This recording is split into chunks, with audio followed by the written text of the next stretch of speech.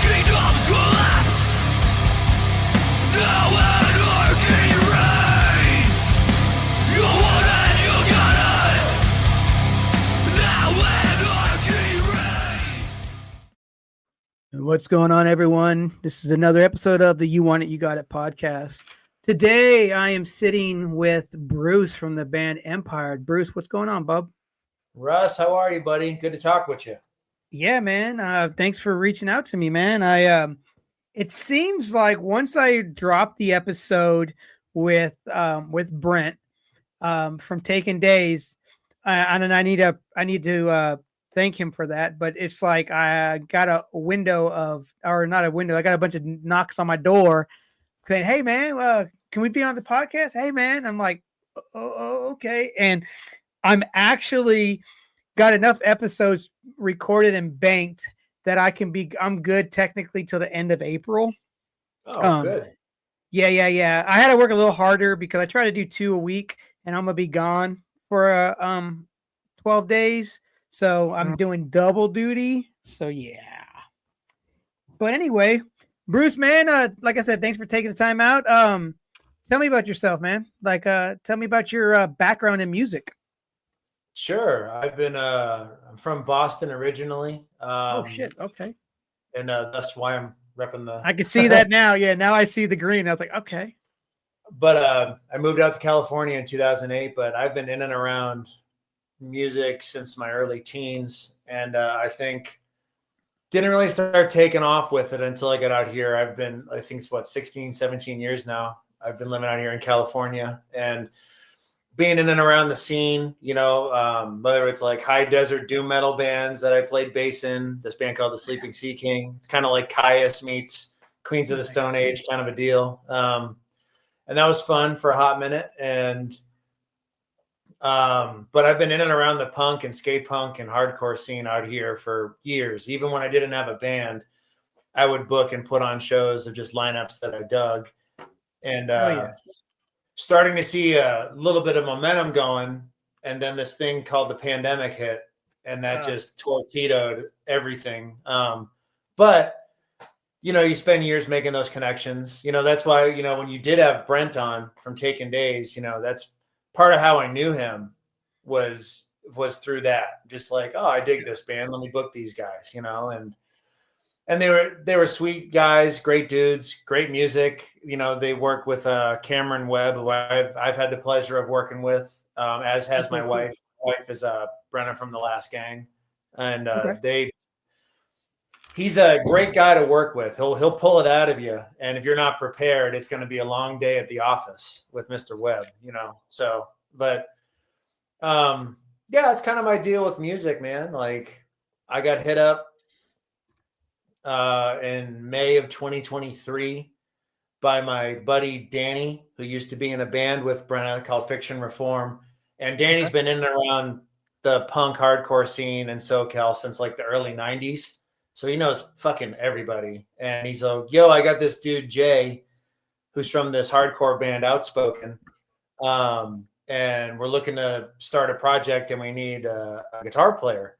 And at the time they had one, and we did like one rehearsal with the guy, and the vibe just wasn't there, but it was straight up hardcore music. And so when that guy left, I had written a couple of songs that kind of weren't hardcore. They were more like Against Me, Bad Religion than I would say hardcore. And I showed it to him, and that session, we wrote like 3 of the songs that ended up on our first LP. So our first release, all in that same session. So 3 songs were just done immediately.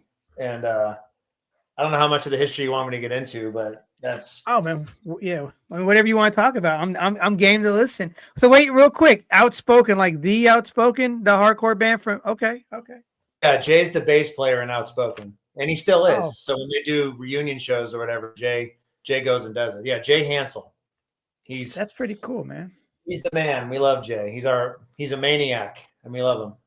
Everything. It's just so funny. Like all these bands I've been talking to the past couple of weeks, it's like everything has a hardcore root, or somebody came from a hardcore band that's in this band, or every member of a pop punk band or a punk rock band or any kind of SoCal punk, whatever, always has a hardcore kid in the band, It's true, man. So, That's what's kind of unique about this band, dude, is like I came up with everything. Like I came up with Tribe Called Quest. I came up with Bane. I came up with like this band Eastside from Worcester, Massachusetts. Like, and then I got into like Minus the Bear and all those cats, Radiohead. But then I also was a metalhead, so I have Metallica, Pantera, all that shit. My hair used to be down to like here and fucking all metal riffs all the time, jazz, all that shit, man. So like in this band, like I'm the chordy jazz weird chord guy.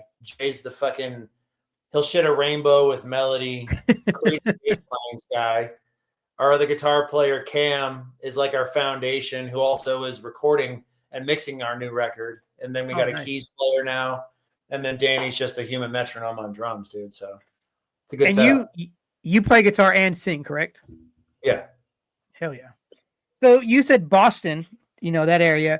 Do you know any of the dudes in Since the Flood? I don't. No, I don't. Ah, okay. Yeah, I used to book them back in the day. Come through Nashville, they crashed at the crib. We'd hang out and stuff. I still talk with their guitar player Dave all the time. He's the guitar tech for Dropkick Murphys now. Oh, right on. Yeah, always out on the road with those dudes, But no, it's just like, and I listened to this other podcast I've been jamming lately called The Disruptor. It's this dude who was ex-military who was actually stationed where I'm living currently for a couple of years, and then he got out of that and joined the police force where he was doing like gang task stuff, whatever. But he grew up on that whole East Coast, so he knows all the like the '80s Boston bands and '90s, like all that scene, because he grew up in that era. He's around my. Wait, are you in your late 30s, 40s? I just turned 40. Yeah. I'm okay, so you're in your I'll be turning 50 this year. So okay, there we go. All right. But what thing is about this music world? There's no age limit to it. No, there's no age. Good music's good music. If you give a shit on stage, no one gives a fuck about your age, man. I mean, no. If you make it worth their while and you give them a good show, they're gonna fuck with you. Yeah, man. Lee Ving, the dude's 75 and still booking and killing it. Fucking Vinny Stigma turned 70 this year in December, and he said he'll be on tour in Europe when he turns 70. It's crazy. That's what's up. That's what's up, man. No, I was fucking around in like the early 2000s, but that's also when I was on like the Northeast pro wrestling scene too. So I mean, like that whole I did see that. Yeah, that whole time frame was a bit of a blur, but like. No, I'm talking like local bands, man, like Capital 7 or cats like that. I mean, my boy Godilla is still working and doing hip hop in Boston. And there's the name of my buddy's band, and I'm spacing on it right now. I'll message it to you later. But they're still on and firing, Well, this new version of them is on and firing. But yeah, it's never too late, man. It's never too old to do it. I mean, I think the stuff that I'm doing now with Empire is the best stuff I've ever done, So it only took 28 years or whatever the fuck it is to get to this point. I enjoyed it, man. I enjoyed what I heard. Definitely. When you hit me up that day, I went and listened to everything, and that song "Money," which that's the latest. That was the new single, right? "Money." Yeah, that's the first single off the new record. Yeah. Yeah, that's really good stuff, man. But then that the Finding Calm in Chaos is a great album too, man. I really enjoyed it. Like I said, I was not disappointed. It was good. I'm not just saying that because I'm talking to you. I'll be honest, and I really enjoyed what I heard. And honestly, my ears have been getting open to a lot of new music recently with all these newer bands that I've been checking out, because I've always been in my music's like yours everywhere. I like it all. Good music.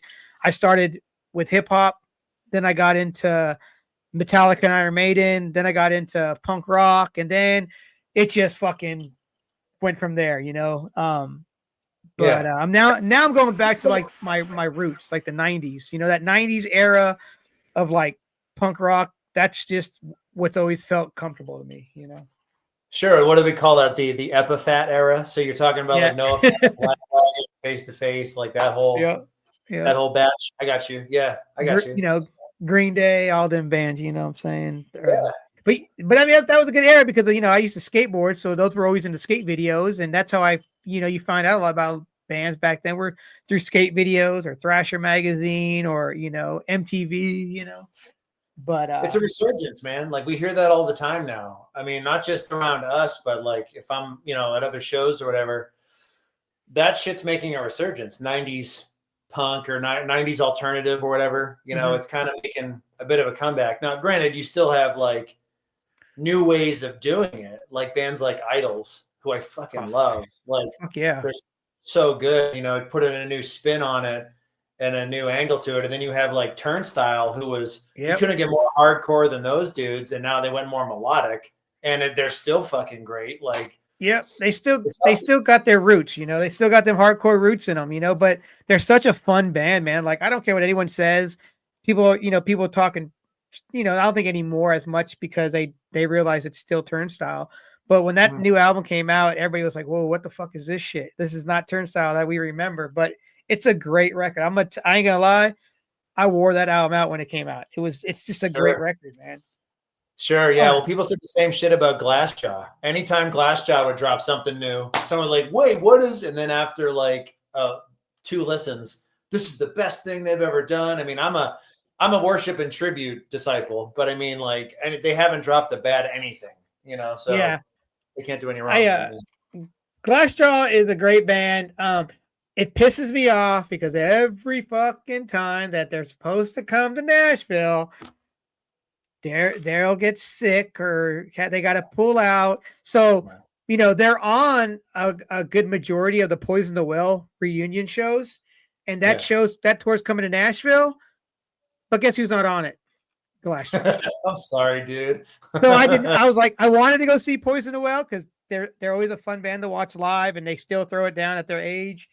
I don't care. I don't care now. I'm like, if somebody has a ticket at last minute, I'll go. But I want to see Glassjaw.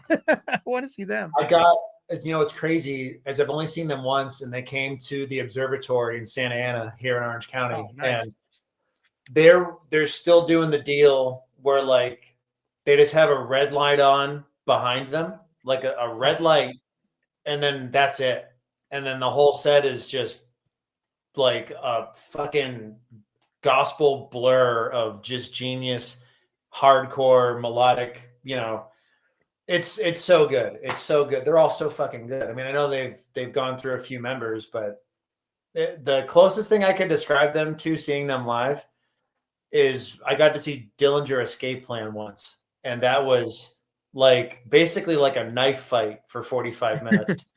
Now, which era of Dillinger did you see? This would have been. I know when it was. Incubus just dropped Morning View. And why I know that is because dude, had the mic and he goes, this album just came out from fucking Incubus. And he had like the CD insert and he wiped his ass with it. And then they started on the next song. And like, he didn't stage dive, he stage runs. So he just fucking ran into the crowd after doing that. And that was just, what is that, 02, 03? Yeah, I'm trying to remember that album. I'm trying to look that album up. That's hilarious. But you know what, though? I mean, Incubus is so good. I don't care. They are. Yes, they are. So Morning View came out 2001. Okay, so it was 01, 02 then. And I know my favorite from them is Crow Left of the Murder. That's the one that came out after Morning View. People shit on them because they got popular. I mean, I'm not going to sit here and say I like Nickelback because I don't. But I mean, you find that, right? You find that like they'll sell like millions of records, and Nickelback and like Creed and all these bands like everyone hates, but somehow they sold fucking millions of records. It's like, come on, man, you were into them. They might not be our cup of tea, but hey, you know some of the lyrics. Or all the lyrics to a Creed song. Oh, you do. We all do. And then you're like, how the fuck do I know this? how do I know this song? I don't own any Creed. You know, That's good PR. That's good marketing right there. I ain't gonna lie. I watched the Nickelback documentary on Netflix and kind of got a little respect for the hustle that they did back in the day. Man, they busted their ass to get where they are. I'll give them that. Yeah, they did. I mean, they're Canadians. Hey, if it wasn't for them, Roadrunner Records may not exist. I didn't know that. All right, I didn't know Because they were on Roadrunner when they made it big. So they just kept feeding all that money. That label just kept making all this money because of them. So wasn't Slipknot Roadrunner? But it was right. It wasn't when they were that big yet. Right. Okay. Yeah, I got you. Yeah, I got you. But yeah, Nickelback. Because I remember when Slipknot first toured on Ozfest. My roommate went, and he's like, "Dude, you'll never believe this band I saw. They're all wearing masks and jumpsuits, and they're fucking crazy."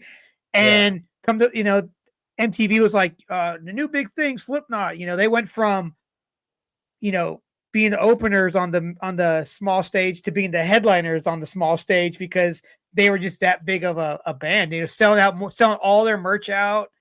I'm like, dude, they came through Worcester at this festival called Loco Bazooka.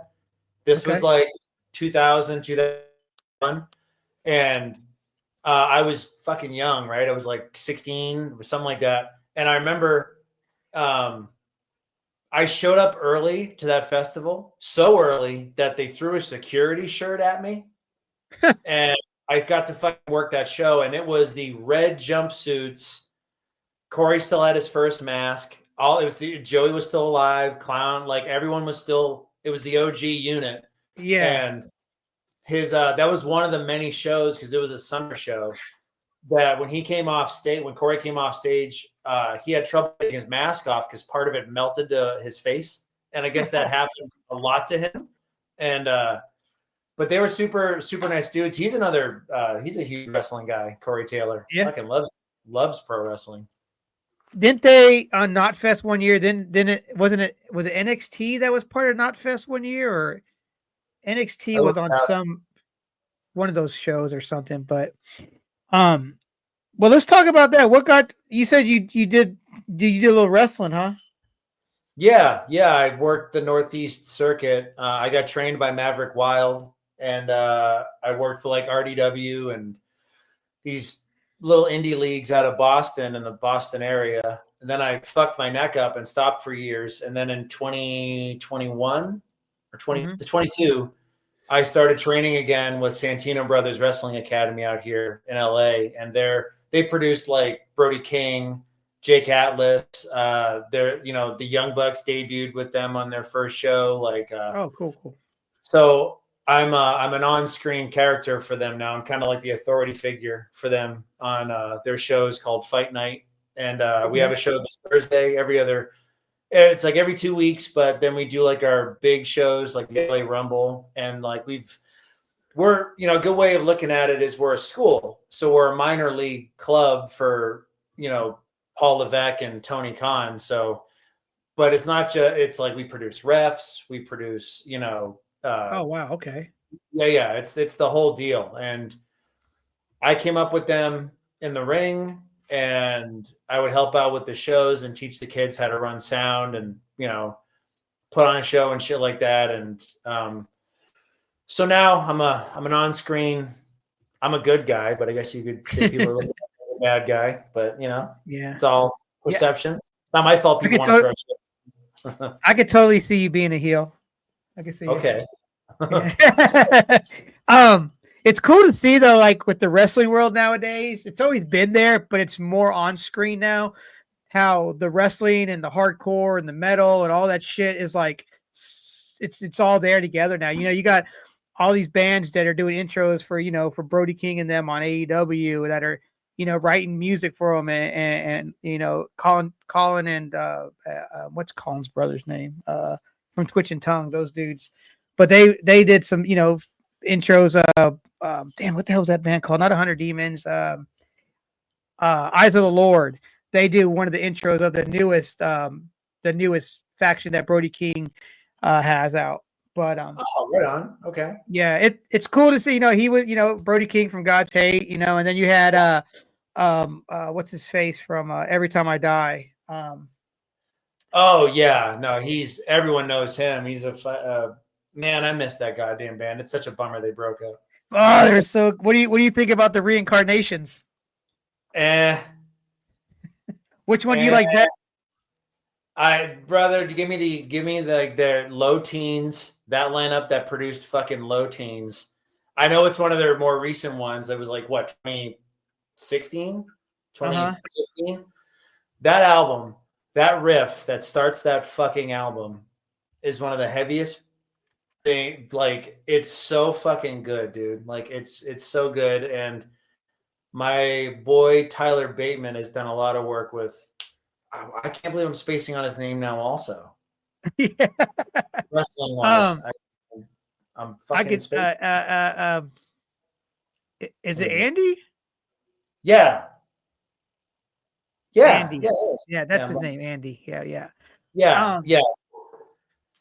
So So good. I feel like every one of their albums just got better and better and better. And then when they released, was it Radicals? Is that the last album they did? Yeah. That was, man, it's like, fuck. It's like they released it and then we really didn't get to see them perform it. You know, it's so depressing. It was such a great album too. Their first album, Last Night in Town, I actually used to have a webzine called The Pincushion, and I got it from that album, the title Pincushion from there. Oh, okay. Yeah. Nice. And I got taken off. I got a cease and desist from Lamb Goat because I didn't credit that. I didn't credit them from where I got my source from. Okay. Yeah.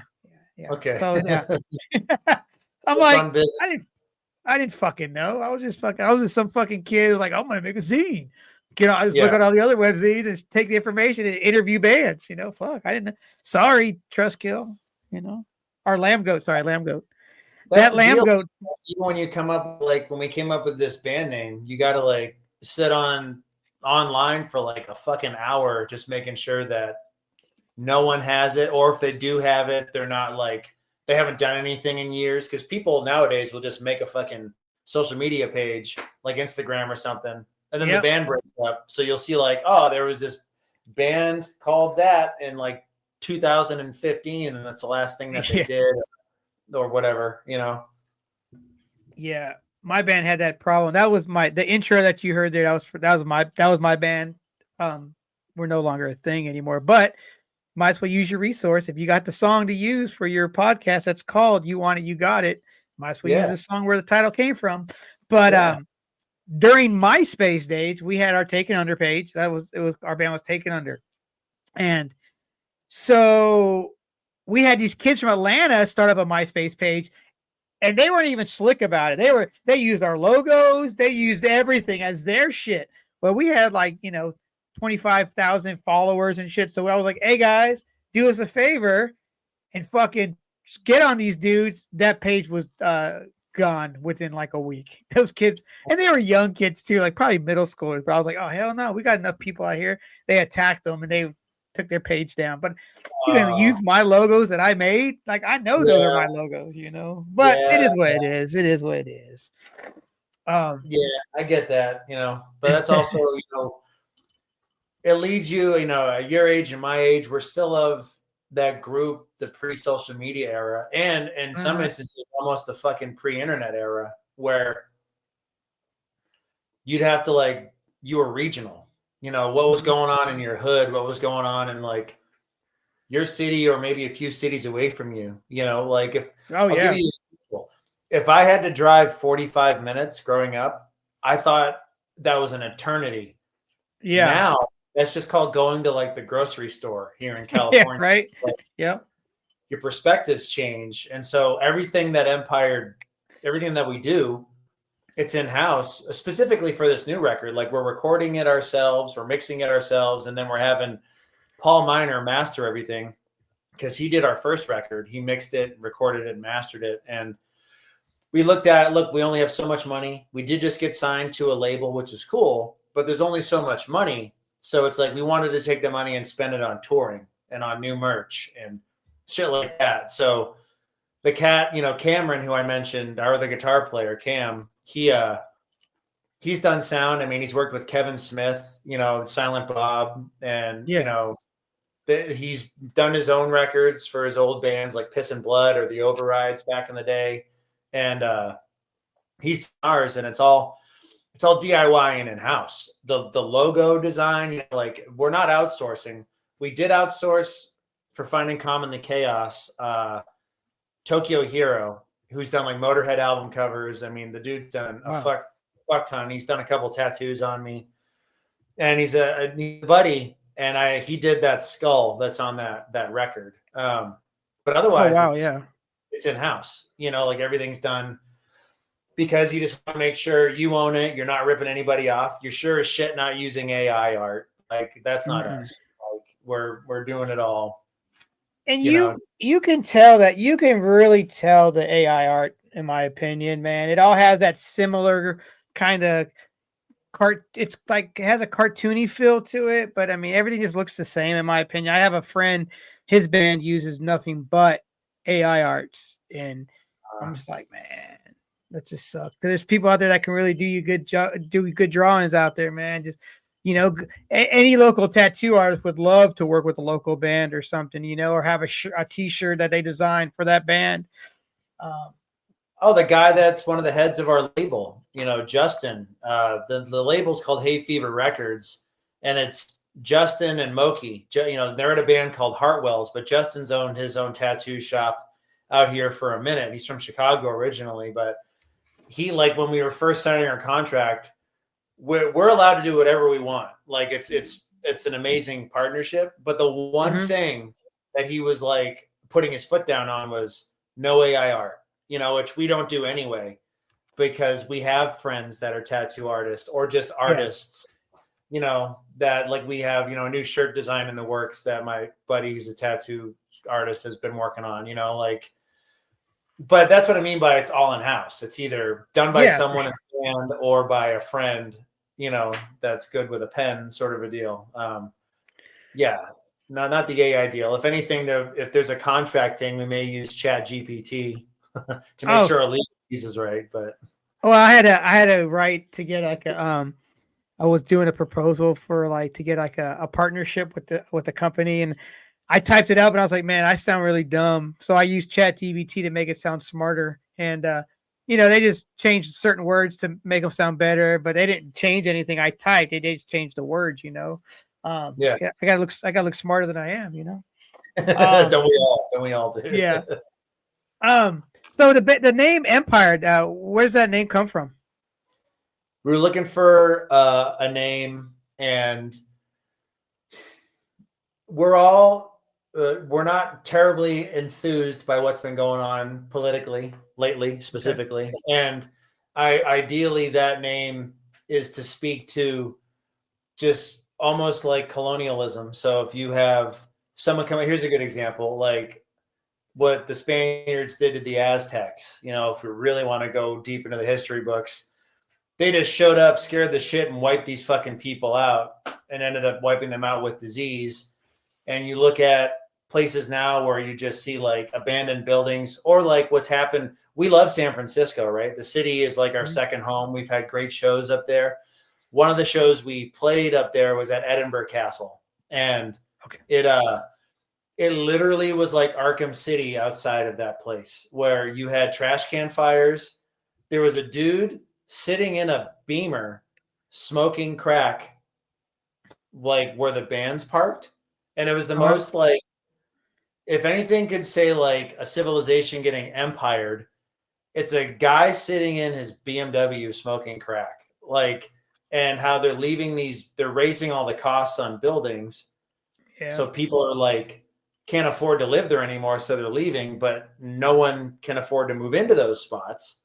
So you have just like blocks of San Francisco that are vacant. I'm doing a rewatch of The Wire right now, and it totally reminds me of like where you would see Bodie or fucking Avon or Stringer like running around and doing deals in. And so we don't like, I know you asked me that question. We don't go out of our way, to, our lyrics mean a lot to us, and we speak about it, whether it's Cam, Jay, or I. We there's something behind all of our lyrics, but Okay. the name is just basically saying, it's almost like a warning. Like, do what you can to support each other, to be good to people, to avoid being empired. Don't be ruled, because that only leads to sand and ash at the end of the day. Yeah. You be good to somebody right now, and that means way more. That's my long-winded answer, dude. So You're good, homie. I like, though, sometimes, even though we're, whatever, we're all going through this thing now, but back in the 80s, man, a lot of good music came out during the Reagan era, you know what I'm saying? Then a lot of good music came out during the Bush era. And right now there's a lot of fucking good music coming out too. So when people, when we all don't agree on certain things, some music is the way to get it out, and a lot of good music comes out during that time. yeah, there's definitely so much truth to that statement, and we're no different. Yeah. There's a lot we have to say on this. The singles that are coming out, money. I mean, it's about capitalism and the damage it does. And like the video that we dropped is kind of speaking to that. We're making fun of opioid pills, we're making fun of dick pills, we're making fun of McDonald's, we're making fun of like what mortgage companies do to the elderly. Like it's us like kind of poking the bear of capitalism, but online betting, all that stuff's in there. And we had some cool cameos, like Lynn Lee from Bad Cop, Bad Cop. She's in it. Oh, wow. Brenna, my wife, from The Last Gang, she's in it. We have like Ben Davis, who manages Face to Face and Me First in the Gimme Gimmes. Like, he's in it. My boy from Upper Downer, Bert, he's in it. Like, it's a crew of like family that are all like on board for what we're trying to do here. It's crazy to like, because I mean, SoCal, it's like, I feel like that whole scene in SoCal, everybody knows each other some way from somebody, and you guys all know. And if you don't know these other bands, you guys know the same people that these other bands know. It's just like, it's like there's so much fucking people down there that know each other, man. It's like a big family, and you're in that world, Yeah, Yes. that's the way I look at it. I feel that way. It also means don't be a dickhead, because it's the scene is not as big as you think it is. So No, for sure. if you're acting a fool, you will get found out. Oh, for sure. You had said Paul Miner, and is it that there's a band, the Mad Peaceful? Isn't he recording their? I think that he's recording their album currently. Oh, dude, and he's done Fear, he's done Adolescence. Yeah, he's a founding member of Death by Stereo. Like, Paul's the fucking dude. I mean, you'll go in there, because this isn't. I've worked with him with other bands before, and he's so easy and fun to work with, and so fucking good. And you'll just wander in there for your session, and you'll just see Davey Havoc in there doing stuff with him, and you're just like, and he's like, 18 years. He just celebrated 18 years. He's been, wow. in Orange County. To me, it's like there's Paul Miner and there's Cameron Webb, and they're both great in their own way.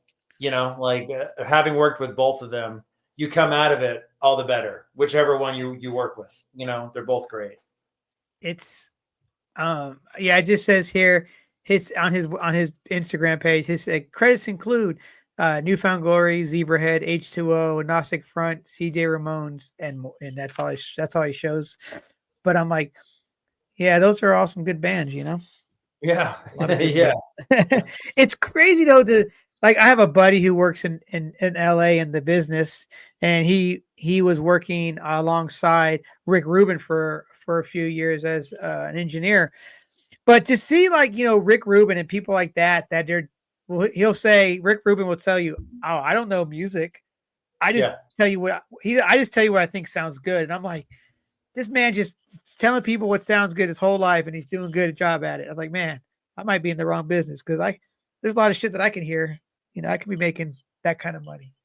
No, and Rick was also right place, right time. I mean, in his dorm room in New York, he's spinning records and making basic beats, and happened to catch the year of Run DMC and what the hell is that? LL Cool J. Yeah, not just him. He got in with the fucking Beasties. owner. The owner. Yeah, the Beasties. Yeah. And he got in tight with all those guys, you know, and Mhm. then went over to Slayer, then like Tom Petty. I Johnny mean, Johnny Cash. yeah, Like, come on. he's done everything. You know, that's what's kind of interesting is like Paul's a Paul's a musician. Like bass is his like main deal. Paul's the Okay. kind of cat that will give you a setup like on the spot if he knows your thing needs it. Perfect pitch, has great ideas for like harmonies and stuff like that. And Cameron Webb can play a bit too, but Cameron's more of the side of getting the best out of you is like his Jedi power. Like where he'll make you be as real as you can, which is why, and I know you and Brent talked about this. If you don't come in there prepared, you have to realize that of any young musicians that listen to this, it's your money that you're wasting, Mhm. right? First and foremost. But if you really want to be respectful about it, you're standing in a room, in Paul's case, with a guy that has done Newfound Glory, Zebrahead, fucking, Fear, all these Yeah. legendary bands. With Cameron, the guy's done No Effects, Bad Religion, Pennywise. I mean, he's worked with Adele, he worked with Michael fucking Jackson. And like this Wow. dude is like, you have his undivided attention. Why are you fucking around? Because they don't have to work with you, sort of a deal. It's money at the end of the day, but they can get money. I Yeah. guarantee you, there's a line of people waiting to record with them, and they gave you that weekend or that week to go in the studio. So I know one day we'll get back in the studio with Paul again when the budget Uh-huh. permits. And I know one day we'd love to, I'd love for Cameron Webb to work with Empire. He expressed interest, and honestly, we were going to do our second record with him. And it just came down to, look, there's only so much money. We're a DIY band. Yeah. This is before we got, signed. But even then, we have the means to do it. It's coming out great. Like when we're done here, I'll send you a couple of the finished tunes so you can kind of Oh hear yeah. what the next one is going to sound like. We're calling it Strikes Back since it's our second record. I like that. I like that. It's like Yeah. that band Tony Danza Tap Dance Extravaganza. They had Danza 1, then Danza 2, Electric Boogaloo, Danza 3, and then the Electric Boogaloo is obviously from the breakdancing movie, But I Yeah. kind of like that kind of thing when bands do that. So you were talking about the lyrics earlier. Do all you guys have input on the lyrics? Like, do you write song lyrics and everybody in the band have song lyrics, or is it just you? No, it's Cam, Jay, and I. We we're the three singers and we're the three lyricists. But how it kind of works is like we have a song off that first record called Sex Shop Music, and I had music pretty much written, but I knew key wise, like it wasn't working for my key, and I have a Jay Hansel in the band, so I said, Jay, can you sing on this one? And all I do is like woes, him and I trade Yeah. verses on that song, and he's like, what's this song about? And I told him. So we'll like whoever like comes in with the song, or if there's like a spot where you just go like, you know what, Cam's voice would sound better on this than mine, or maybe I sound better on it than Jay or whatever. And if someone already has like a portion of the song written, like lyrically, we say, oh, what's this about? What are you writing about? And we kind of take that and kind of go from there, like, Oh, yeah. yeah, like Paper Moon, like that tune's about, growing up in a house of opioid abuse, that's a fun song. But then you have like songs like Repose, which is about like being young and crazy and dumb and being thankful for it as you've gotten older. It's just like learned from it, but, moving on. But yeah, the three of us, we all write. And when it comes to, there really hasn't been pushback on lyrics. Like Jay or Cam aren't saying, what are you saying there? Yeah. That would be where like a Paul or a Webb would come in handy, where they would just be like, what? Because I've seen it. I've been on the receiving end of it from Cameron, where like you'll write a lyric and he'll be like, that no, no, that doesn't work. Or you've already said it or something like that. And he's like, that, don't be lazy, give me something else, do something interesting, something like that. And See, that's cool.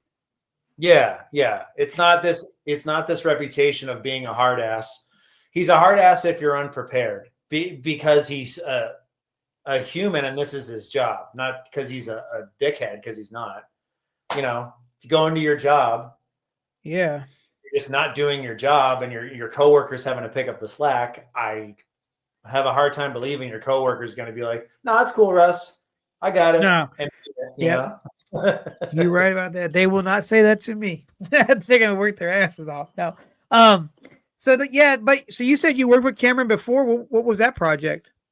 The Sleeping Sea King. We did our final record with him. And I played bass and sang backup in that band. And yeah, we did that record with him. And I've been lucky to be involved with 3 of the Last Gang's records, and they've all been recorded with Cameron also. Oh, wow. Yeah, there's some stuff in the future. Like we're going to re-record one of our songs off of Finding Calm in the Chaos, and we may end up using like his studio because there's so much vibe in it to do like a cool, like almost MTV Unplugged vibe to it. Okay. Like bring a bunch of our friends and family in, and then sit around in a semicircle and record this thing. It's something that's in the works right now, but That's cool. Yeah. Do you do you have like all your videos and stuff? That's all that's all done in house too. You have people that do that, or you do that, or whatever. No, we have our unofficial, our 6th member of the band is this dude, Josh Roush. And Josh does all of our videos. He's doing all like the new videos. We have more videos coming. He does them, but to have Josh on our side and on our roster, is, I can't say enough how much that dude means to this band, because like he'll come up and play bass with us on some songs so Jay can go in the crowd and go fucking nuts. And at the same time, like if you watched the last Clerks movie, and if let's say you bought it, like you have it and there's the behind the scenes, like Josh directed that. Like Josh has worked with Kevin. Yeah, he's worked with Kevin for years. And Kevin Smith even hosted our album release party for Finding Calm in the Chaos. Like, what the fuck? That's cool. Yeah, it's rad, and that comes through Josh. Like he's a pain in the ass, and I fucking love him. He'll always tell you exactly what he thinks, and he's very much, we wrote this new song called Spite that I just posted, like a live version that we did last week from a show, right? And he thinks it's like the greatest song we've ever written, and it's very much a kind of a tune. He wants all of our songs to be like that. And then when he hears a song like Repose, the song sucks, the song sucks, So we know we're doing something right if he hates our song. And I mean that in the most loving way. Like he's a huge part of this project. I love that dude. Yeah. It's crazy with videos and stuff nowadays because it's so easy to make them compared to like, say, 20 years ago when you were in a band trying to get somebody to do a video. Because now it's like everyone knows how to somewhat shoot video footage. You got a cell phone, you got this, you got that. I mean, you can make a video pretty quick. I mean, if you want a good quality video, they still take time. But I mean, people can knock out a video for every song off their demo, and it could be up, and all those videos could be up in like 2 weeks, Yeah, it's a true story, dude. Yeah, that's why we're super thankful for him, because he has legit movie caliber gear, and he's the real deal, man. Like, and so every video you see that's on our site or on our YouTube page, he's done them. We've even done some road documentaries, like On the Road with Empire, and he's behind all that, and he will be, like, moving forward. Like he's the fucking man. He's got a new documentary. Like he has a movie that came out 2 years back called Wrong Reasons, and like Kevin's in it, and you have guys like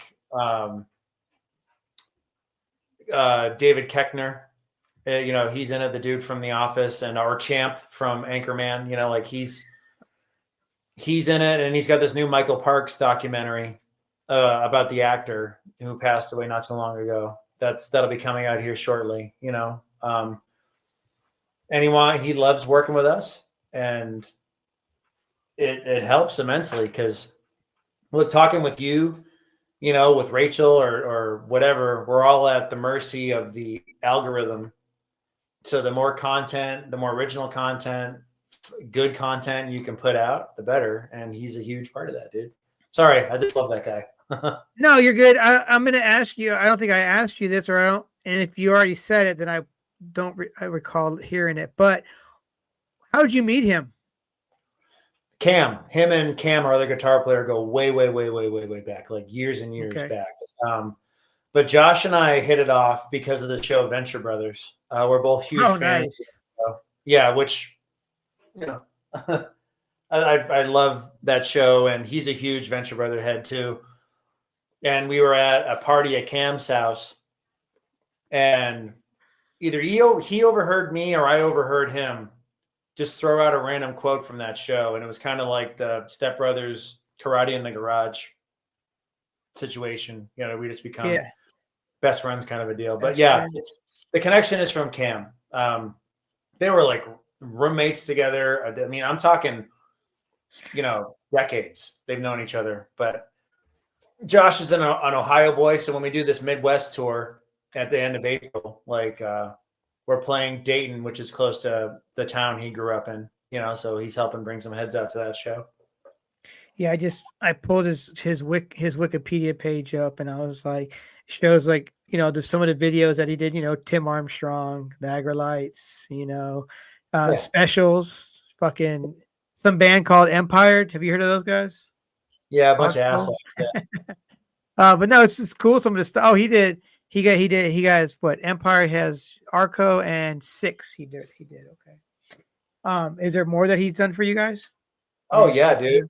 Yeah. He's done Unite Arc. We did a video for Unite, for Arco, for Paradise, for Six, for Pose. And we have one coming out. Money just came out, and now Bitter Pills is next. That's our next single that's coming out. I did watch the Money video. That was really well done. I like that. I have saved on my phone so I can watch. I meant to watch it today at work, but I got busy. But the 28th show, I have that on there to watch the live show, the live set. Sure. Yeah. I downloaded. I have it saved so I can watch it, but I'll probably save it for the plane and watch it on the plane. Give me that's 40 minutes of my flight time, Yeah, it's a good show. It's let me know what you think. I'm interested to hear your feedback on it. That was a fun time. Redwood just upgraded all of their stage and sound, so we were stoked when we showed up and saw that they had just redone everything. So it was a fun night. That was a good show. What's the plans for Empire? Do you guys want a tour? You guys are just gonna be weekend warriors? We have the stuff that I can talk about. We are doing a Midwest tour with our buddy band Hartwells, who are label mates of ours. We're hitting Chicago, we're hitting Dayton, Ohio, and we're hitting Grand Rapids, Michigan. Just a 3-city little Midwest banger run. Okay. We have something planned for Europe this year for us, which is cool. I got to go over last summer and plant some flags, doing some acoustic shows over there. So we're excited to go over there. We're doing some one-offs. We're spending the rest of this month, March, just getting the album done and tight, and finished. And because we have that set to drop in June. The next 10 songs, and weekends are great. We have to be, we've done a bunch of West Coast runs. We've gone all the way up to Bremerton, Washington. We've done Iowa. We've done Oregon, all of California, Vegas. So we're trying to get to some new spots in some new areas, and to get, it's almost come like full circle again, where you have to just go out and ride the single and get in front of people. I don't know if it's Dave Grohl or somebody. It might have been Dave Grohl. It was the best advertisement you can do for your band is to go play live.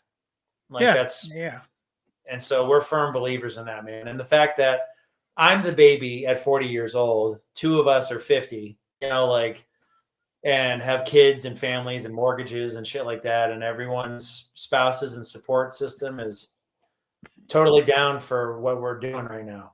And it's great. It's absolutely See, great. that's cool, man. And sometimes you got to, sometimes, it's like Brent was saying too, man. It took him, he took, with 12 years off before he came back into music because of the responsibility life, and now look at, now they're doing their thing, Yeah. Yeah. That is a thing though when you get older though. I mean, you got responsibilities. If you got kids and you got a job, is your job pretty cool with you taking time off?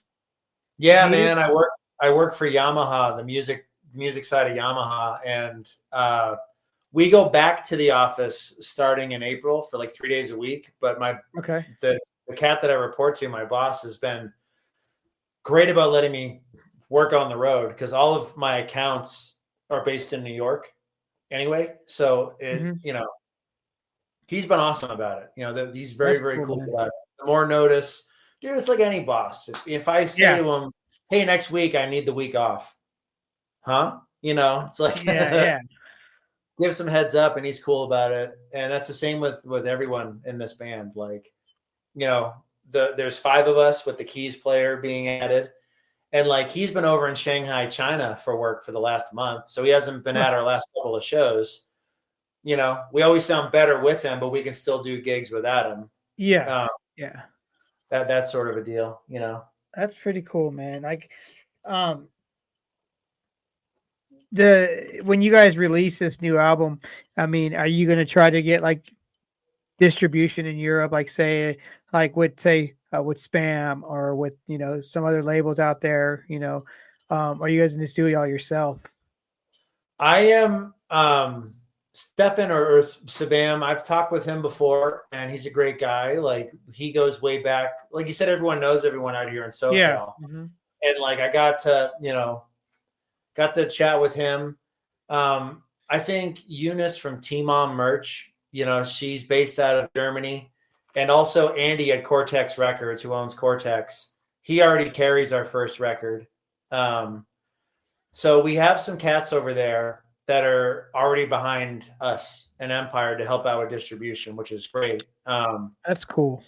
Yeah. And it's just knowing folks that know folks, or just meeting them, myself and getting to hang out with them. Like a cool, quick story.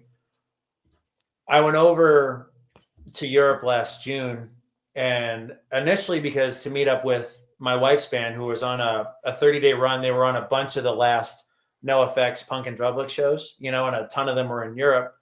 So she was gone for like a month. And I was like, hey, I'll just fly over. We had it all planned. I'll meet you when you guys get to Berlin. So Josh and I flew over to Berlin, and we had a couple of days in the city, like by ourselves, and went to Cortex Records. And the owner, Andy, like not only, I was still drinking at the time, not only did he's like giving us beer, he, took the record, he has it like there in the store. He hooked us up with merch. And then he goes, how much of the city have you seen yet? And we told him, and he goes, I'll be right back. Give me like 15 minutes. So him and our now buddy Musti, like he comes pulling up in a legit 60s Ford Mustang convertible, a black one. And he goes, let me show you Berlin. And Josh had his camera and filmed the whole thing. Wow. And Josh didn't just use like this camera. Josh took out his fucking like one of his diesel cameras, and Andy gave us like a tour around the city of, Brandenburg Gate, the Reichstag, all this shit where how the wall, cause he was 14 when the wall came down, and like, wow. And we got to one spot and his fucking car died. And because like his gas gauge was busted, so it ran out of gas. So we like pushed his car off to the side of the road. And that dude, Musti's like, hey, let me just give you guys, we'll go on foot from here while Andy gets his car fixed. And the dude's like showing us, Brandenburg Gate, and they left like the bullet holes in it from when the Allied forces invaded. They're still there in the gate. Yeah, dude. Like all this stuff, like what's written on their parliament building, and I like couldn't be more, they couldn't have been more welcoming. And even there was, when we're planning this like Europe tour, we were trying to make some empired art. Uh-huh. And I had one design in mind. And I was like, hey, we're looking to do something with this eagle. Is this a bad eagle? Like when it Oh comes yeah, to. I got what you're saying. Yeah. So I just asked him, and he's like, oh, I wouldn't have anyone in my shop wear this or represent this. And I'm like, fuck, shit, okay. Man, I had no, ignorant American, had no fucking idea, any of that, and this dude works with me. He's one of the most known hardcore spots overseas. And the fact that this guy's like not just answering me, but answering me quick and being super welcoming. And you heard our record. There's like hardcore-ish moments, but it's really more alternative punk, maybe skate punk. Like it's I wouldn't say hardcore would be one of our genres. I wouldn't describe us that way. We may have a dude from one of the most hardcore badass bands ever with Jay. We're getting the melodic Jay, in this band, Twilight Transmission Jay. And so, yeah, I'm giving you these long-winded answers, but we do have folks over there that are down to help us distribute and get the word out there. And super, super, super, super thankful for that, Yeah, that Cortex is like everybody knows that damn label. They do. It's like you want something, and if you want something from Europe, man, that's the best place to look. Is there, Yeah, and it's not a big shop, but it's a great shop. It's amazing, like right in the heart of Kreuzberg, the District 36, and it's so cool. I lived in Germany when the wall came down, and I was just turned 14. Because my birthday was like my birthday was 2 days before the wall came down. And yeah, it was pretty cool. Of course, living over there when it happened, you went from seeing the Germans' nice cars, and then you see all the East German cars coming over, and they all look like little cardboard boxes, and then everybody's trying to sell you a piece of the wall, Somebody probably just spray painted their concrete and is like sledging it up. And they're like, all right, here's a piece of the wall, sir. Yeah, man. And now it's cobblestones. It's this wide, and it's cobblestones running where it used to be, And they left some parts up. Now they're just like art exhibits, where they left it up. I fucking love Berlin. My wife and I would love to, like, when we're ready to retire over in Berlin. Like, I love that city, dude. Like, it's so great. How long were you over there? What were you over there for? Just I was there for 3.5. Yeah, my stepfather was in the military. He was in the Army. So we got stationed over there. We were stationed in California for 8 years of his career. And then we went to Germany, then went back to California. And then in 93, they closed that base and we came to Clarksville, Tennessee, which is, my dad was in the Army. So he was stationed in Stuttgart, which is South Germany. And that's where we were stationed at. The first 2 years of my life was in Stuttgart. Do you know where? It was, fuck it. The translation of the name is like small hill, but I know it was Stuttgart. Yeah, there's a few bases around there, and we were stationed at Nelligan Barracks, which is outside of Stuttgart. But then when I went to high school and middle school, I went to high school and middle school in Stuttgart at the military bases there. I enjoyed it. Holy shit! Sorry, it just got really windy. My whole damn house is shook. Oh damn! All right. Yeah. We're in the middle of the weird weather right now in Tennessee, where it could snow today and then be 60 degrees tomorrow, and then it's weird. You said you moved. Go ahead. You before we get back on that, there's a band called Itchy, and they're from Stuttgart. They used to have it was like Itchy Poo Pants was their name for a long time, but they just cut it down to Itchy, and they're a trio, and they're fucking badass. They're so good. Itchy, like Itchy and Scratchy. Itchy. Is it 3 dudes? Yeah. Let me see the right one. Fucking great. Like if you look them on Spider, they're huge over there.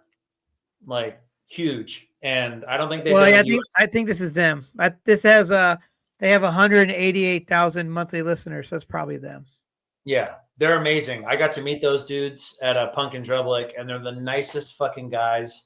And like their music's so good. I didn't really get into them until after I met them.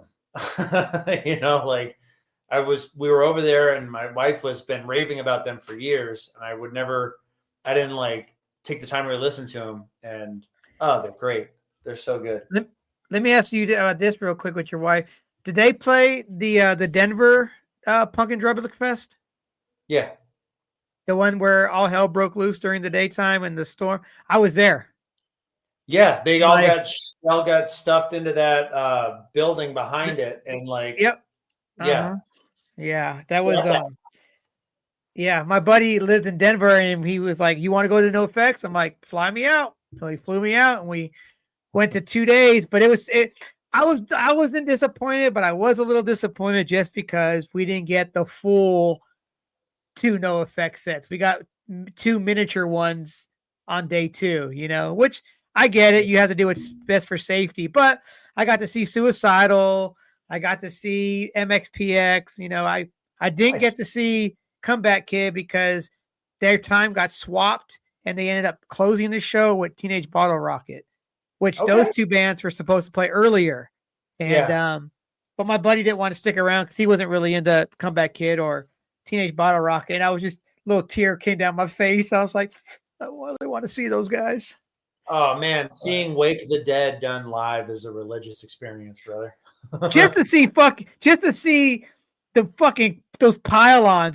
They're endless, you know. It's just like, but yeah, and they're coming to Nashville again too, and I'm gonna go to that one. I love watching Comeback Kid live.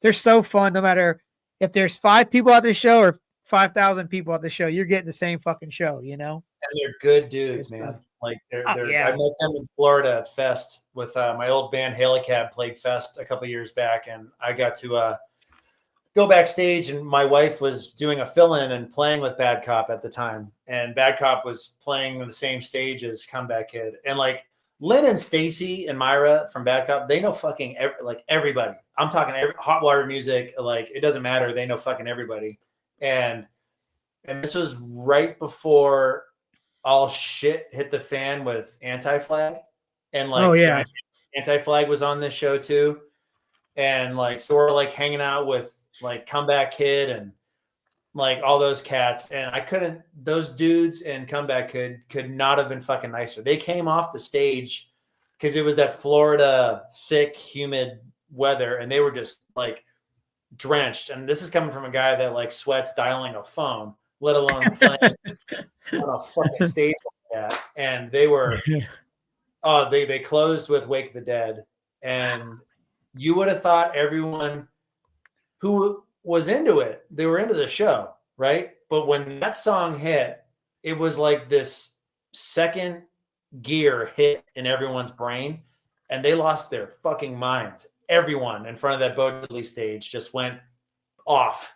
And he, of course, goes into the, you know, he probably sings like 2 sentences of that song, and the rest of the time, yeah. You know, they just released that 25 or 20-year anniversary edition of that song with him singing on it. Have you heard it? I haven't heard that yet. No. Yeah, because you know, I mean, Andrew didn't sing on the album, obviously, but then so the 25th anniversary or 20 anniversary, he did. And it's like, wow, you hear him singing it live for so many years. Now to actually hear him recorded, it works. It works. It's pretty dope. So I gotta check it out, man. They're my entrance music. Like, well, not for my new guy, my new character. I use a Muse song, but for a while it was Wake the Dead. Like that was that was my shit. What Muse song do you use?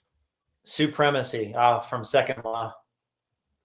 It's like a Bond villain theme song, which kind of works for what I'm doing. So I didn't really get into, you know, I was one of those guys, you know, oh no, I'm not listening to them. I don't like them. You know, even though they're good music, it's just because nobody else was listening to it. I stuck with my hardcore world, my punk rock world. When you get older, almost like the fuck was I thinking? This is good fucking music. Like the Muse, Coldplay. I was always into Coldplay. I was always into Oasis, but a lot of other bands like the Muse and those bands, man, fuck, the Muse is great. I want to see them live now. Yeah, they're a trio forever, and I think they have like when they play live, they may have an extra member on stage now. But Second Law is great. I first caught wind of them.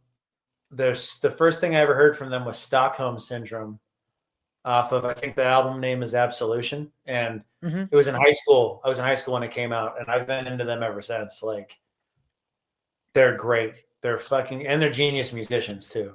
Oh yeah. I know this is, when you get older, there's never really one anymore. But what would you have said your guilty pleasure was? Dave Matthews.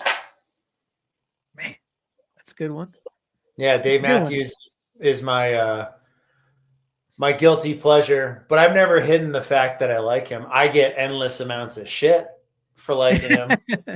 But then I taught myself how to play and sing at the same time to Dave Matthews stuff. I'm not trying to sing like that dude, but I'm like, no, he's weird on guitar and his timing's weird and how he sings over it's weird. So I took Before These Crowded Streets and I learned the whole record. And specifically I focused on this song, The Stone, which I'll to anyone that's listening to this, if you add distortion to the guitar of The Stone, it may be one of the heaviest songs ever written.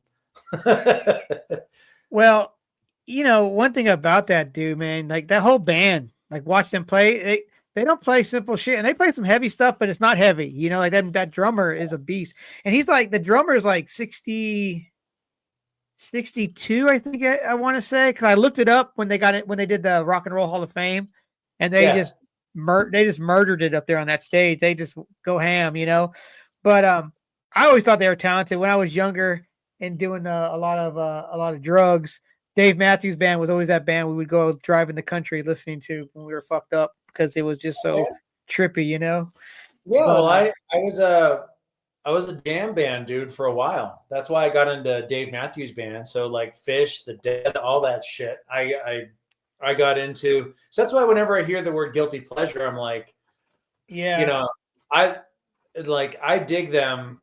And if I ever have a guitar near me and if someone's talking shit, I'm like, okay, you try to play this.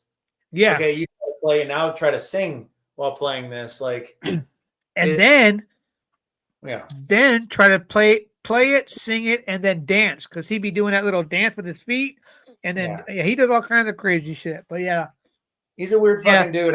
I won't ever say he's not, but I'm just saying, like, I dig him. Hall & Oates. Like, I'm an old R&B. Oh fuck yeah. Yeah, I'm like that dude I mentioned earlier, Godilla. He's my boy Tay, and he got me in when I first met him in high school. He's the guy that got me into like Tribe Called Quest and Cannabis and proper Jay-Z and Nas and all that shit. Like he exposed me to that world because I already loved like 60s and 70s R&B and soul music. Like that's really why a lot of Empire songs have a lot of jazz chords in them, is because I'm a sucker for old R&B, or jazz. Oh, dude. 90s R&B was where it was at, what I'm saying? I think that was a good era for R&B. I feel like I come from like my musical background's like the same. Like you said, jam band. I wasn't really so much in jam bands, but when I first started out, I was into, like I said, hip hop, like older hip hop in the 80s. So like LL Cool J, Big Daddy Kane, Fat Boys, but and then I got introduced to Iron Maiden and Metallica, and then I didn't like it when I first heard it though. I was like, oh no! And then my mom's friend's son was taking the records with them, and I was like, hey, can you leave those here? And then when he left, I sat down and I listened to him, and I fucking it was over with after that. And once I heard Justice for All and Number of the Beast, I was sold on fucking heavy metal. And then my next thing I got introduced to was the Misfits, Black Flag, and 7 Seconds. Okay. Literally months apart from each other. And then Suicidal Tendencies. And then I just went to the fucking record store, and I lived in Germany at this time. I would just go to the record store and be like, that looks cool. That looks cool. And I go home and hopefully it was cool, you know? Yeah. But Yeah, man, where Eagles Dare, where is a big inspiration on one of our new songs from the bass line? Misfits. The Yeah. First song I ever learned on the bass. Okay, yeah. Well, it's our bass player is the one that I had it written one way, and he's like, well, "Why don't we try to do the where Eagles Dare deal?" And he did that, and it made the song so much better and cooler. There is a punk band back in the day in Clarksville, and they did a cover of Misfits' "We Are 138." But instead of saying "We Are 138," we have a road called 41A, and he's like, "We are on 41A." Hey. So it worked, you know. And that they would cover that, you know, and he would sing "I'm on 41A" instead of "We Are 138." Oh, that's cool. That's cool. Yeah. Bruce, what's one of your most memorable shows that you've played in any of your bands? Sure. We got it would be with Empire. We got to play there's two that stand out, like two that stand out. One is Alex's Bar here in Long Beach. We got to play with Bad Cop and Get Dead, and our label mates, our now label mates, Hartwell's, opened that show. And it was packed, and I really consider that our like coming out party, because, you know, we probably sold 20 of those tickets. The rest of them were Get Dead and Bad Cop, right? So we had all these new fans to play in front of, and that was super special and amazing. And then we got to play punk rock bowling last year with Agrolites at a club show, and that was put together by Josh, who's tight with Jesse, like when you looked up his Wikipedia earlier. And that was cool. The reason why it was cool is you can look at all these like analytics and shit, you know, if you have like Spotify for artists, and you can see like who's listening to your stuff and where. Yeah. But when you show up to a place and you're playing a new place, and there's more than there's like half the room are singing your songs back to you, like that's still kind of fucks with me, you know? Yeah. And that's like so cool. And then the third one would be I got to play acoustic over in Antwerp in Belgium. I got to do an acoustic set last summer, and that was fucking cool. Like that was really cool. And so yeah, those I think those are probably what stand out for me. We've done some cool shit, dude, and I'm proud of what we've done. But so far, those ones would be the wow, you know. When you do your acoustic stuff, do you do Empire stuff, or do you do other stuff as well? I do Empire stuff. I do some solo stuff because I'm working on a solo thing, and then I throw in covers. You know, like I'll do like a Pogues tune, like "Dirty Old Town," but I like to bring up other members from other bands. So I'll be like, "Hey, do you know this song or whatever?" and have them come up and like sing with me. And why that show was so special to me that I didn't get to is because my wife is a guest singer on our song "Fences," and she came up and sang that song with me. And we would do "Take Warning" from Op Ivy, and she came up and sang that with us, you know, when we did that Alex's Bar show I told you about. But we had never sang on stage together really before then, so it was just super meaningful to have her like come up and sing that song, you know, because like we're cool and we're doing cool shit, and I'm proud of us, but like her band is like the 50 levels above where we are. Like when we grow up, we want to be the Last Gang. Like that's how Empire, you know. It's like Last Gang and Bad Cop are like, okay, that's what's next, you know. The Last Gang. I'm gonna check them out. I've seen the name. So I know of the band, but I'm gonna definitely check them out. And I don't think I know I didn't see them at Punk and Drublic. But so this year you guys are working on this new album. You got a tour in Europe That's all you can say. And then this What's Midwest what's deal at the end of April, yeah. yeah, the 3 dates, yeah. What's the big picture for you guys? What do you guys want to do with the band? You guys, like I said, are you just like you guys want to do this full time, or you can't do it full time anymore and you're just doing it for like a boys' night out kind of hobby? Right now, we're doing it for the love of the art, and we've Yeah. discovered after being in so many bands collectively for years, we all know how special this one is, and Yeah. how fast and we write, and how good we really dig the songs, and we put on a fucking show. But we want to do this full time. There's no doubt. If there was a way that could happen, I would love it if we're just, when you come through California, and you're a promoter that's doing like a festival, we're the band, one of the first bands you call up to go play a festival stage. And, we already are getting our name out there as far as Long Beach is concerned. So if a band's coming through, they'll kind of hit us up to see if we can jump on a show with them to help bring some heads in. And we just want to have that same vibe everywhere. We're kind of getting it in the city, in your old stomping grounds. And I'd love, just keep expanding that, man. I would really love for us to be able to go out, because right now we break even on tours that we do, which is fantastic. But I would love to come home with some extra money in the pocket. And, I think at the end of the day, making records that we're proud of. And Sam King from Get Dead has been using this hashtag called support real shit. And that's us. What we're writing is us. I'm not trying to be anybody but us. And that's what I fucking love about us. If our next record, we want it to be a fucking hip hop country record, it's going to be a hip hop country record.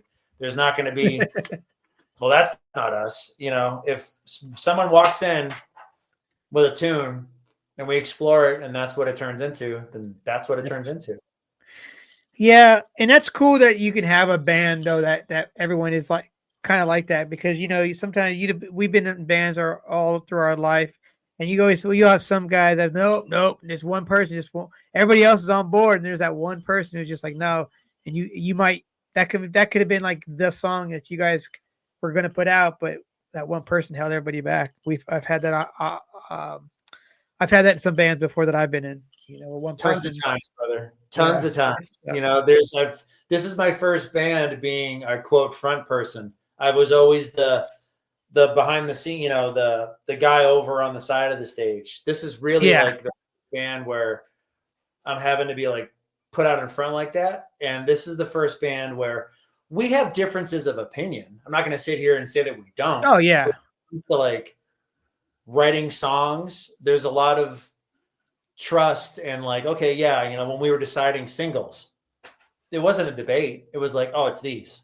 Oh yeah, of course it's those, and if we want to go up there because, someone, dude, the musicality in this band, everyone listens to fucking everything. I think if there's one thing that people don't listen to in this band, it's like new pop country. Yeah. Anything pre 1980, we're all about it as far as country goes. But then kind of after that, you're like, I'm not a Chattahoochee guy, like that's just not my deal. You mean you didn't come in like a wrecking ball? No. I'm literally 45 minutes outside of Nashville.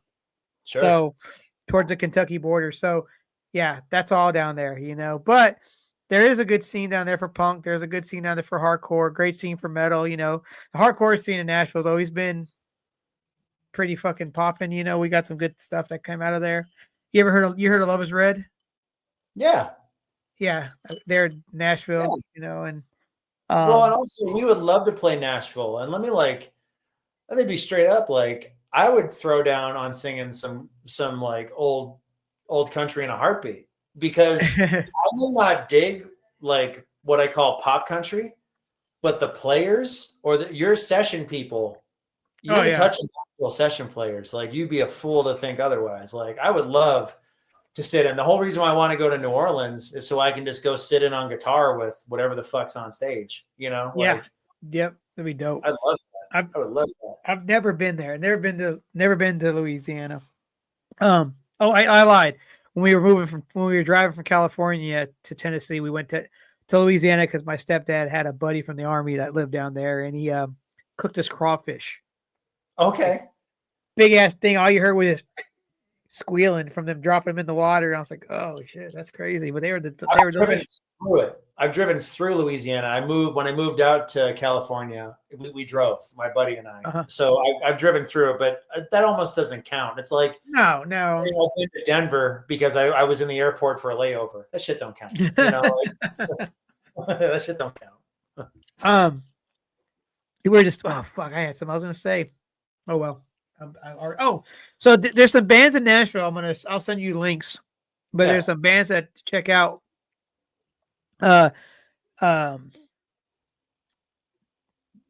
it! What the Graveyard Kids? Check them out. They're fucking awesome. Great stuff. They would fit really well out in SoCal. They have a great sound to them. Yeah. The Catastrophes. They're dropping a new album here shortly. Second Self. They just got signed to Punkerton Records. Wow. Okay. Cool. They're from Nashville. Just another band from Bowling Green, Kentucky, which is going towards Louisville, called Trash Devils.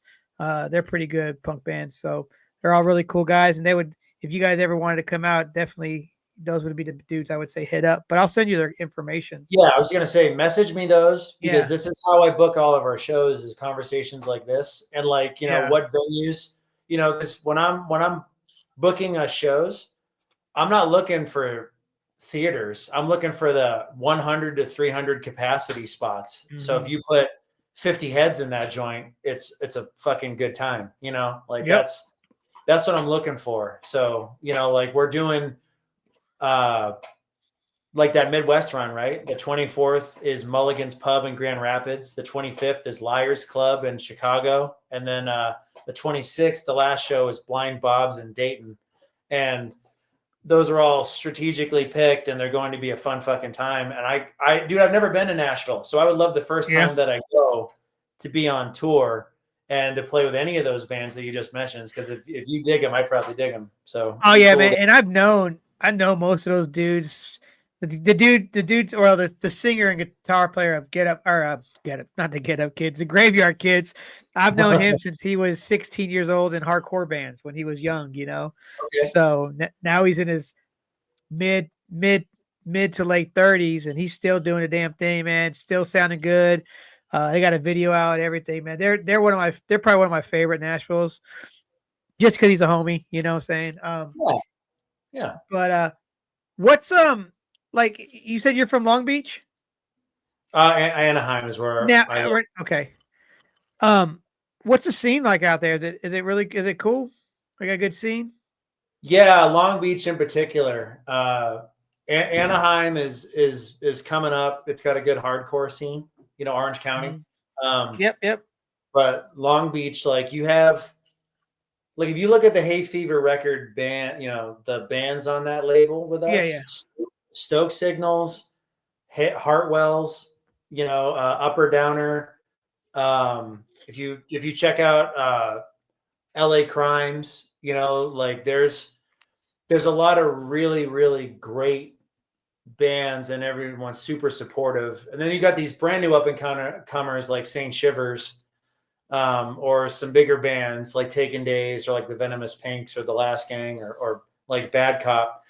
All these bands are in the same hood, you know, for the most part. So, but like I actually just messaged Brent earlier today. I got something in the works for the end of May to see if they'd be down to do, you know. But the scene's good.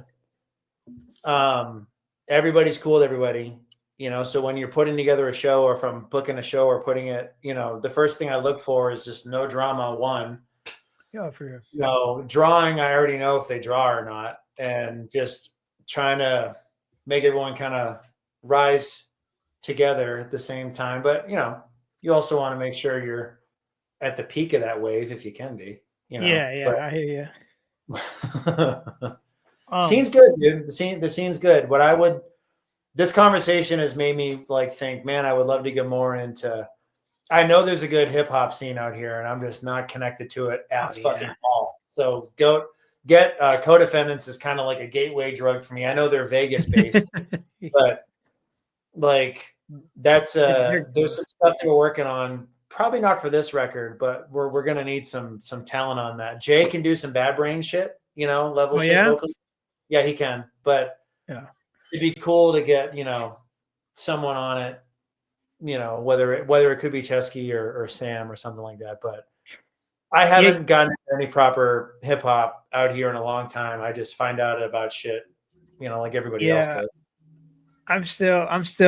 I mean, I still listen to hip hop, but I always go back to the roots, man. Go back to the '90s. You know what I'm saying? That '90s era of hip hop. And anything from the Bay, I fuck with. But the '90s hip hop, man, there was a lot of good shit back then.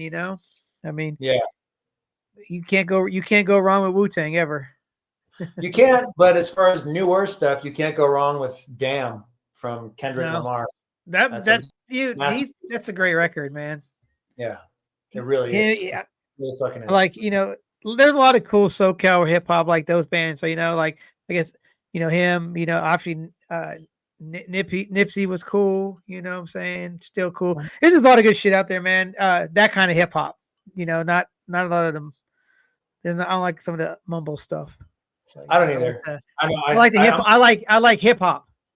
Hip hop. I'm a beat first guy, and then I want to understand what you're saying. I'm a lyrics guy second. Give me a good beat first, and then let me get into what you're saying. And that's with any genre. That's not exclusive to hip hop. But if I can't fucking understand you, then it's hard for me to get behind you. I hear you. You gotta know what you're singing with. Uh-huh. Well, Bruce, man, we've been chatting for a little while. Got some stuff out the way. Where can everybody find your band and you and whatnot on the old interweb? Sure, you can. Instagram's our main page. It's Empired Music, so Empired with a D on the end. Music on Instagram. There is empiredband.com. We do have a website that I desperately need to update. Shame on me. And I'm on Instagram, just Bruce Zebal. On Instagram, you can find me. And then also check out Santino Brothers for if you're a pro wrestling head and you want to see the spot that, Brody King showed up to and said, teach me how to wrestle. That's Santino Brothers based out of Hill Gardens. And we're on Fight TV. And you can check us out there. I'm Michael Revenant, and you're welcome for the show that you're about to see because I'm the guy that puts it on. Yeah. Hell yeah, man. Well, Bruce, man, I enjoyed this conversation we had. We'll have to do it again maybe when the album comes out. Yeah. We can hype it up a little,